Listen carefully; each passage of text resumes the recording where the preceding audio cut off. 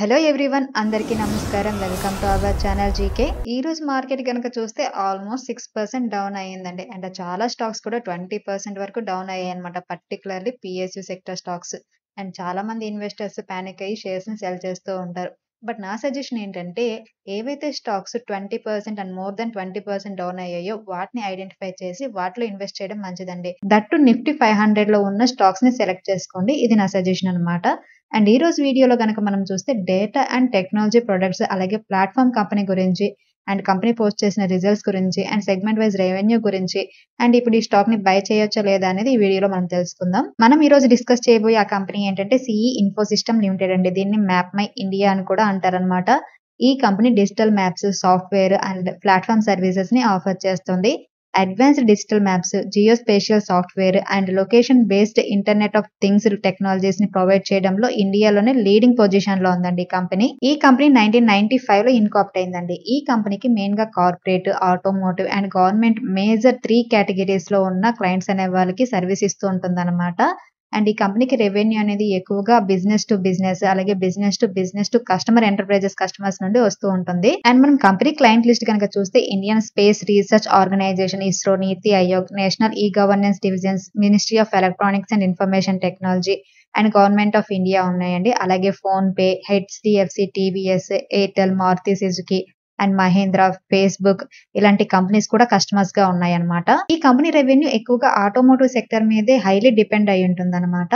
And ఈ company products గనక చూస్తే మ్యాప్ డేటా ఉంటుంది. అలాగే geo demographic data, real view, map portal, eLoc, HD maps, తర్వాత మెటావర్స్ 4D మ్యాప్స్ అన్నమాట ఈ కంపెనీ మెయిన్ ప్రొడక్ట్స్. సో ఇది కంపెనీకి సంబంధించిన బేసిక్ ఇన్ఫర్మేషన్ అండి. అండ్ కంపెనీ ఫైనాన్షియల్ పర్ఫార్మెన్స్ విషయానికి వస్తే ముందుగా నెట్ సేల్స్ చూద్దాం. Year on year net sales అనేవి 47.5% పెరగడం జరిగిందండి. ఫైనాన్షియల్ 2023లో 72 క్రోర్స్, ఫైనాన్షియల్ 2024 Q4లో 107 క్రోర్స్ నెట్ సేల్స్ పోస్ట్ చేసింది. అండ్ క్వార్టర్ ఆన్ క్వార్టర్ 16.2% పెరిగింది. అండ్ ఎబిటా కూడా ఇయర్ ఆన్ ఇయర్ 36.2% పెరిగితే క్వార్టర్ ఆన్ క్వార్టర్ 2.6% పెరిగిందనమాట. బట్ ఎబిటా మార్జిన్ అనేది year on year and quarter తగ్గడం జరిగింది. దీనికి మెయిన్ రీజన్ ఏంటంటే కంపెనీ మెటీరియల్ కాస్ట్ అనేది పెరగడం అనమాట. అలాగే ప్రాఫిట్ ఆఫ్టర్ ట్యాక్స్ గనక చూస్తే ముందుగా ఇయర్ ఆన్ ఇయర్ చూద్దాం. ఫైనాన్షియల్ 2023లో 28 క్రోర్స్ ప్రాఫిట్ పోస్ట్ చేసింది. అండ్ ఫైనాన్షియల్ 2024 Q4లో 38 క్రోర్స్ పోస్ట్ చేసింది. సో ఇయర్ ఆన్ ఇయర్ అనేది 35.1% గ్రోత్ ఉంది ప్రాఫిట్ ఆఫ్టర్ ట్యాక్స్ లో. And quarter on quarter 14% growth ఉందండి. అండ్ ఈపీఎస్ గనక చూస్తే ఫైనాన్షియల్ 2023లో 5.09 ఉండింది. ఫైనాన్షియల్ 2024లో 6.96కి పెరగడం జరిగింది. So year on year EPS growth అనేది 36.8%, క్వార్టర్ ఆన్ క్వార్టర్ 23.2% ఉందండి. ఈ కంపెనీకి మెయిన్ గా 2 సెగ్మెంట్స్ నుంచి రెవెన్యూ వస్తుందండి. ఒకటి consumer tech and enterprises and తర్వాత ఆటోమోటివ్ అండ్ మొబిలిటీ టెక్ అన్నమాట. ఈ 2 సెగ్మెంట్ లో గనక రెవెన్యూ గనక చూస్తే year on year consumer tech and enterprises నుండి ఇయర్ ఆన్ ఇయర్ 67.8% గ్రోత్ ఉందండి. క్వార్టర్ ఆన్ క్వార్టర్ 17.4% గ్రోత్ ఉంది. అలాగే ఆటోమోటివ్ అండ్ మొబిలిటీ టెక్ లో ఇయర్ ఆన్ ఇయర్ అనేది 30.9% గ్రోత్ ఉంటే క్వార్టర్ ఆన్ క్వార్టర్ 14.6% గ్రోత్ ఉంది. And company EBITDA margin trend గనక చూస్తే ఫైనాన్షియల్ 2023 Q4లో 40% ఉండేది. అండ్ ఫైనాన్షియల్ 2024 Q4 వచ్చేసరికి 37%కి డౌన్ అయిందనమాట. అండ్ లాస్ట్ 2 క్వార్టర్స్ నుంచి కూడా ఎబిటా మార్జిన్ అనేది తగ్గుతూ వచ్చింది. దీనికి మెయిన్ రీజన్ ముందుగా చెప్పినట్టు మెటీరియల్ కాస్ట్ అనేది హైవేగా ఉండడం. Map my India's management financial 27-28కి 1000 క్రోర్స్ రెవెన్యూని టార్గెట్ గా పెట్టుకుందండి. సో ఇది ఫైనాన్షియల్ 2024-27లో 38% CAGR, అలాగే ఫైనాన్షియల్ 2024-28లో 27% CAGR ని ఇండికేట్ చేస్తుందన్నమాట. అండ్ లాస్ట్ 3 ఇయర్స్ లో రెవెన్యూ అనేది 36% CAGR అండ్ 4 ఇయర్స్ లో 38% CAGR తో పెరిగిందనమాట. బేస్డ్ ఆన్ దిస్ కంపెనీ పెట్టుకున్న రెవెన్యూ టార్గెట్ అనేది అచీవబుల్ గానే కనిపిస్తుంది. కంపెనీ అవుట్లుక్ కనుక చూస్తే ఫైనాన్షియల్ 2024లో రెవెన్యూ గ్రోత్ అనేది 35% ఉందండి. ఒక ఎవాల్వింగ్ ఇండస్ట్రీలో యాన్యువల్ గ్రోత్ రేట్ 35% అనేది వెరీ గుడ్ అండ్ సస్టైనబుల్ అని చెప్పుకోవచ్చు అనమాట.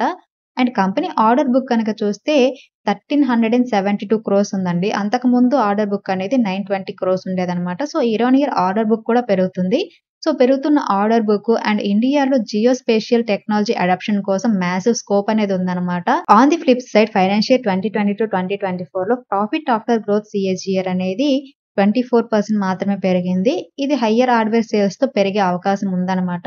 సో ఓవరాల్ గా కంపెనీ అవుట్లుక్ అనేది లాంగ్ టర్మ్ కి పాజిటివ్ గా ఉందండి. ఈ స్టాక్ లో ఫ్రెష్ ఇన్వెస్ట్మెంట్ చేయడం కంటే కూడా రీజనబుల్ కరెక్షన్ వచ్చినప్పుడు ఇన్వెస్టర్స్ ఈ స్టాక్ ని కన్సిడర్ చేయొచ్చు. అండ్ మనం కంపెనీ వాల్యుయేషన్స్ కనుక చూస్తే ఫైనాన్షియల్ 2024లో కంపెనీ నెట్ సేల్స్ అనేది 379 క్రోర్స్ పోస్ట్ చేసింది. అండ్ ఫైనాన్షియల్ 2025కి expected net sales 514 crores and 2026కి 670 క్రోర్స్ ఉండొచ్చు. అలాగే ఎబిటా మార్జిన్ అనేది ఫైనాన్షియల్ 2024లో 41.2%, ఫైనాన్షియల్ 2025కి ఎక్స్పెక్టెడ్ ఎబిటా మార్జిన్ అనేది 41.3% అండ్ 2026కి 43.7% ఉండొచ్చు అనమాట. అండ్ నెట్ ప్రాఫిట్ గనక చూస్తే ఫైనాన్షియల్ 2024లో company 134 crores net profit post చేసింది.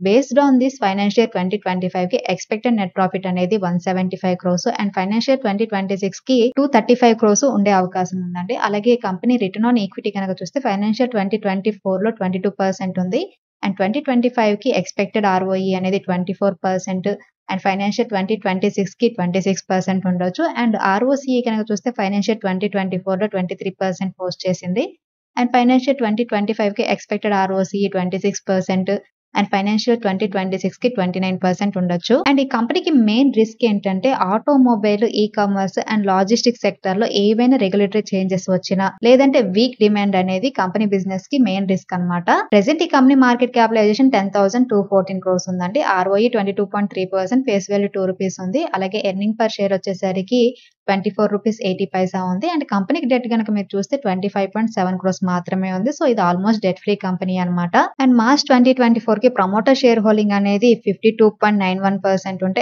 FI షేర్ హోల్డింగ్ అనేది 6.73% ఉంది అండ్ DA షేర్ హోల్డింగ్ 4.73% ఉంది. పబ్లిక్ షేర్ హోల్డింగ్ 35.64% ఉంది. So quarter and quarter FIs and DA share holding అనేది ఈ కంపెనీలో పెరగడం జరిగింది. ప్రెసెంట్ ఈ కంపెనీ షేర్ 1910 రూపీస్ దగ్గర ట్రేడ్ అవుతుందండి. లాస్ట్ 1 మంత్ లో కంపెనీ షేర్ 1% నెగిటివ్ రిటర్న్స్ ఇచ్చింది అండ్ 6 మంత్స్ లో 13% నెగిటివ్ రిటర్న్స్ ఇచ్చింది అండ్ 1 year పీరియడ్ లో 72% పాజిటివ్ రిటర్న్స్ ఇవ్వడం జరిగింది. అండ్ మనం కంపెనీ టెక్నికల్స్ కనుక చూస్తే ముందుగా షార్ట్ టర్మ్ ఇన్వెస్టర్స్ అనే వాళ్ళు బేరిష్ గా ఉన్నారండి and medium term investors bullish గా ఉన్నారు. లాంగ్ టర్మ్ ఇన్వెస్టర్స్ కూడా బేరిష్ గా ఉన్నారు. బేస్డ్ ఆన్ దిస్ ఏంటంటే స్టాక్ లో కరెక్షన్ అనేది రావచ్చు అనమాట. సో ఈ కరెక్షన్ కోసం మనం వెయిట్ చేయొచ్చు. ఈ కరెక్షన్ వచ్చాక మనం ఈ స్టాక్ ని కన్సిడర్ చేయొచ్చు.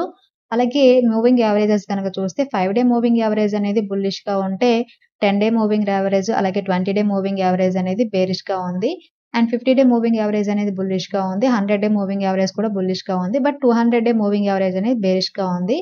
సో మనం ఈ స్టాక్ లో ఎంటర్ అవ్వడానికి కొంచెం వెయిట్ చేయొచ్చు అనమాట. ఓవరాల్ గా కంపెనీ మ్యాప్ లెడ్ బిజినెస్ కంటే కూడా internet of things led business అనేది ఫాస్ట్ గా పెరిగిందండి. ఆర్డర్ బుక్ అనేది 1372 క్రోర్స్ ఉంది అండ్ నెక్స్ట్ 3 to 5 years లో ఇది ఎగ్జిక్యూషన్ చేయాల్సి ఉంటుంది అనమాట. అండ్ మెటీరియల్ కాస్ట్ కూడా ఎక్కువగా ఉండడం వల్ల మార్జిన్స్ అనేవి తగ్గడం జరిగింది.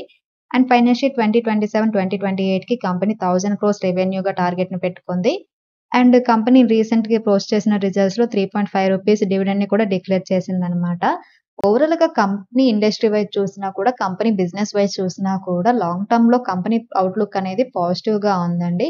బట్ ఏంటంటే short term and medium term investors and long term investors ఎవరైనా కూడా కంపెనీలో రీజనబుల్ కరెక్షన్ వచ్చే వరకు వెయిట్ చేయడం బెటర్ అనమాట. ఫ్రెష్ గా పొజిషన్స్ తీసుకోవడం కంటే కూడా. సో ఫ్రెష్ పొజిషన్స్ అనేవి ఒక రీజనబుల్ కరెక్షన్ వచ్చాక తీసుకోండి. ఇదండి ఈ రోజు వీడియో. ఈ వీడియో కేవలం ఎడ్యుకేషన్ అండ్ ఇన్ఫర్మేషన్ పర్పస్ చేసింది. Thank you for watching. Have a good day.